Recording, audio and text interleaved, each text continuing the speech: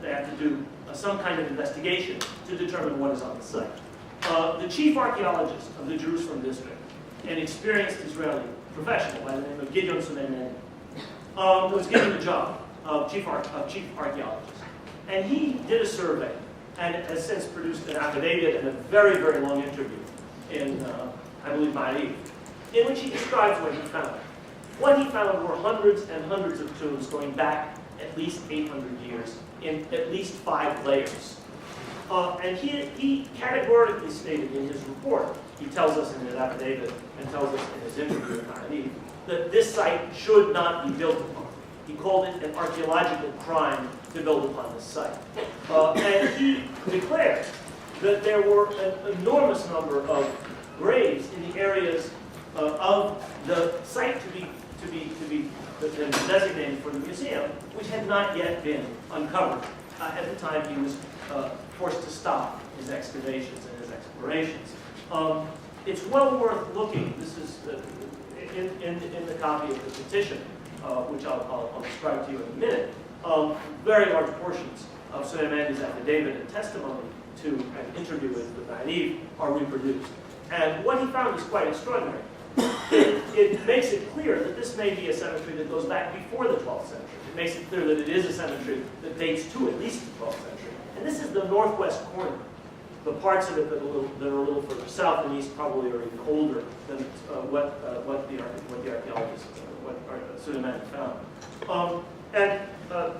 The last thing I'll say about this, and Michael Ratner may come back to this in his discussion of the case, is that Suleimani made it clear, A, he had not finished, B, that there were hundreds and hundreds of graves there, and C, that under no circumstances should this site be built upon. That is not what the Israeli Antiquities Authority later on told the Israeli Supreme Court.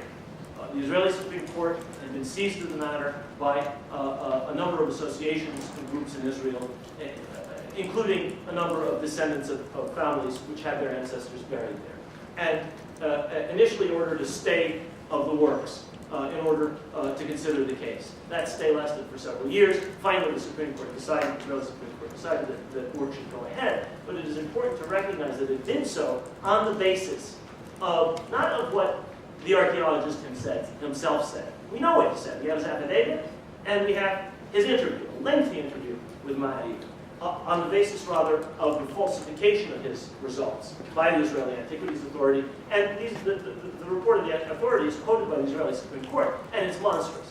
They basically say, this is not important. The graves that there are there have been uncovered. There are no more graves. The site has been released for development. And Suleimani makes it absolutely clear that that simply was not the case. I'll mention briefly what thereupon happened. I was in Jerusalem a couple of years ago, and members of actually a friend of mine, who was a member of a family in Jerusalem, like myself, my family originates in Jerusalem, said to me, look, your family has people buried in the cemetery, and our family has people buried in the cemetery. These other folks have gone to the Israeli Supreme Court. They failed. They've appealed again. Their appeal will fail. Is there no other recourse? And so I consulted friends of mine, and they said it has to be outside because we haven't done this. Others have done this, but they've gone to the end of the road as far as possible legal recourse within the Israeli system, and that had secured a stay of a couple of years in the works of the building of the museum, but that was about to end. And so I consulted with friends who were lawyers.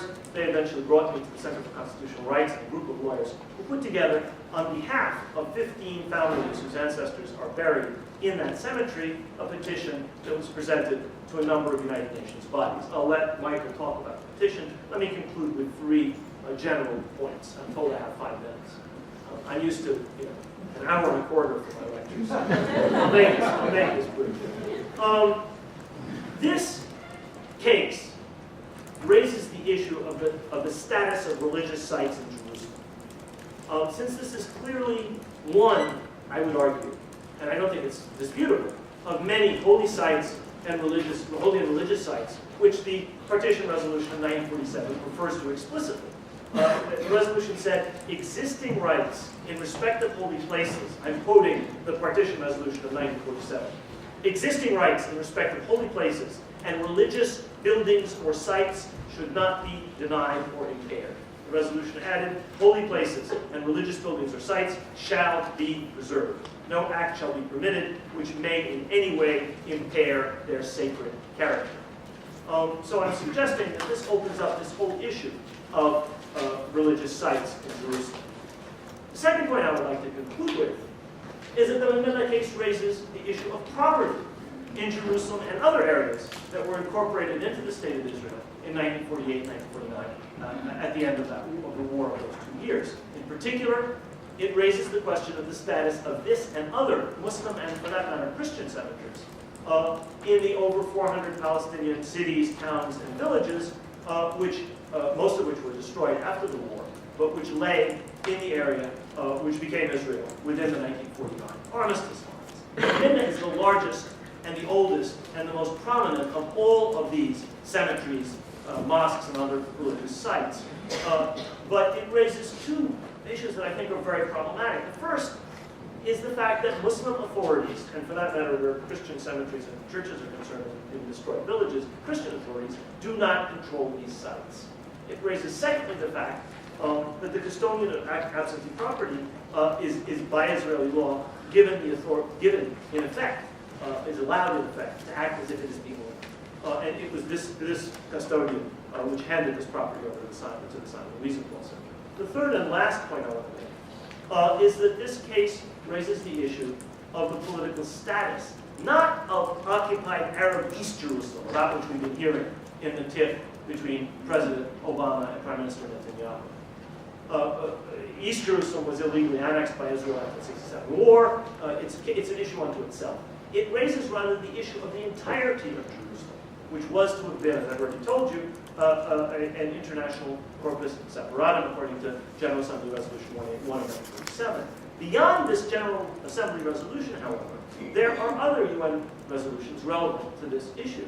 In June of 1980, the UN Security Council, not the General Assembly, the Security Council, issued a resolution which declared null and void actions taken by Israel to change the character of Jerusalem, which deplored Israeli actions in what it called the Holy City of Jerusalem. It did not refer to occupied Arab East Jerusalem. There are dozens of resolutions of the Security Council which refer only to the territories occupied after 1967. It referred to, quote, the Holy City of Jerusalem, and it said, the resolution reiterates that all measures which have altered the geography, historical character, and status of Jerusalem are null and void. Not East Jerusalem, not occupied Arab East Jerusalem, Jerusalem. What this means, incidentally, an earlier resolution, passed in '68, said more or less the same thing. What this means is that by allowing this museum to be built in this cemetery, by allowing excavations to begin, by allowing, in effect, the desecration of the oldest Muslim cemetery, perhaps in Palestine, Israel has done more than harm this cemetery. It has actually, in my view, let the genie out of the bottle that will not be easily put back. It has raised issues which I'm sure the Israeli authorities would rather not have raised, and it's done so in an environment which, for reasons which we all know about just from reading the newspapers, is quite different than the environment, whether in '48 or in '67 or any time since. Thank you very much.